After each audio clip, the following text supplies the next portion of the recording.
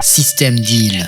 Il s'agit de un petit débat sur LCI, encore une fois sur le même sujet, un reconfinement pour les non-vaccinés, et était autour de la table un certain Laurent Alexandre. Vous connaissez Laurent Alexandre? Laurent Alexandre, c'est le beau gosse, là, vous savez, le monsieur transhumanisme. Et il a pris la parole à un moment donné, je crois que c'est à 11 minutes, si je ne me trompe pas. Ça doit être ça. Alors, on va vérifier ensemble. Vous me dites si vous entendez. Qui s'esquisse dans la tête de beaucoup de Français depuis quelques jours, faire comme les Autrichiens, reconfiner si ça allait plus mal les non-vaccinés, est-ce que ça a du sens pour vous? Moi, je suis un fan de Catherine Hill et je partage son point de vue. Il faut porter le vaccin chez les personnes âgées qui n'ont pas réussi à s'inscrire sur Doctolib, qui sont paumées dans des petits hameaux et qui n'ont pas eu accès au vaccin.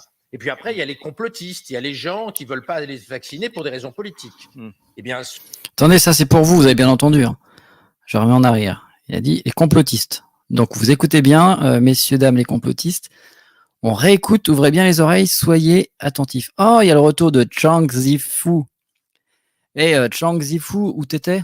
Ça fait un moment que je fais des lives ou des vidéos et puis t'es pas là. Tu te fous de ma gueule ou quoi?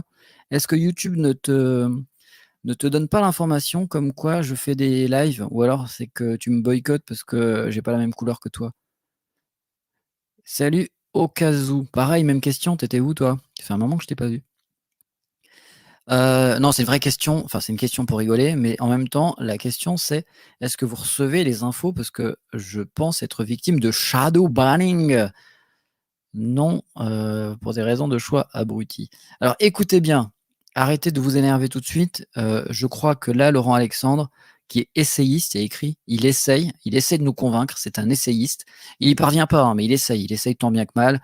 Il veut nous vendre son transhumanisme, il veut nous vendre son injection, et il y croit. Regardez sa tête de psychopathe, là, avec la petite mèche derrière, là, et son regard fourbe. On réécoute ce qu'il dit. Et qui n'ont pas eu accès au vaccin. Et puis après, il y a les complotistes, il y a les gens qui ne veulent pas aller se vacciner pour des raisons politiques.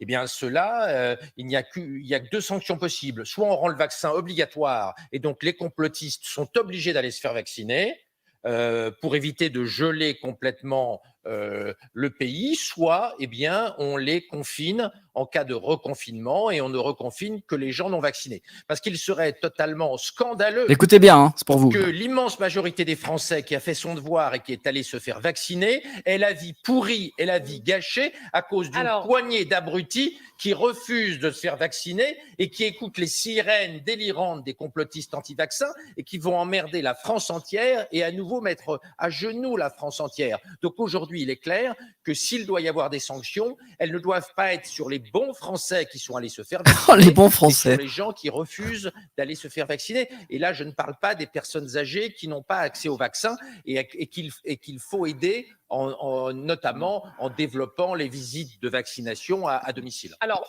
ta gueule. Bon, on va pas l'écouter plus. Aïe, aïe, aïe. Bon, alors, je sais pas si vous l'aviez vu ça. Si vous l'avez pas vu, vous avez rien raté.